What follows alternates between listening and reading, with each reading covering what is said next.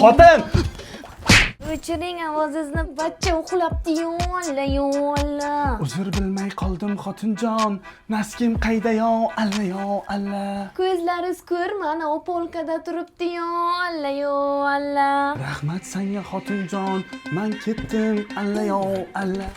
Shu bolla uxlayotgan payti faqat biza alla aytib gaplashamizmi yo hammada shunaqami? Kashalaringiz qayda-yu, alla. Endi nima deyaptilar? Ha, aka, bizda xotin bolali bo'lgandan keyin alla aytorib, miyasiga singib ketgan. Gapirsa ham alla ohangida gapiradigan bo'lib qolgan. Allacha gapiring tushunadi. Ha, 4-polkada alla-yo, alla.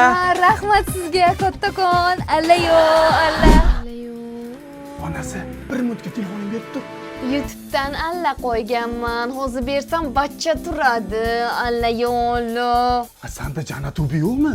Nima edi u? Qara, bu YouTube'da video ko'rasanmi, musiqa eshitasanmi, telefoningni blokirovka qilib qo'ysang ham aytaveradigan programma. Bu mutlaqo tekin. Eng zo'r jihati hech qanaqa reklama chiqarib bermaydi, tomosha qilmaysan. Buni Google Play yoki App Store'dan bemalol skachat qilib olsang bo'ladi. Buncha zo'r ekan bu Jannatubi, alla.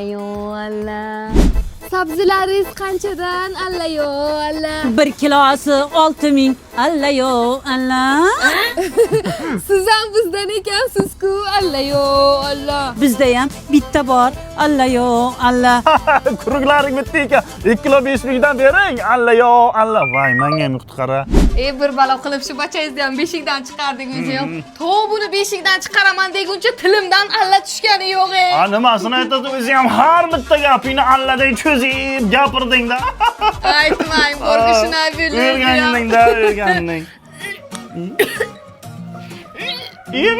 Ana yana ketdik. Alla-yo, alla.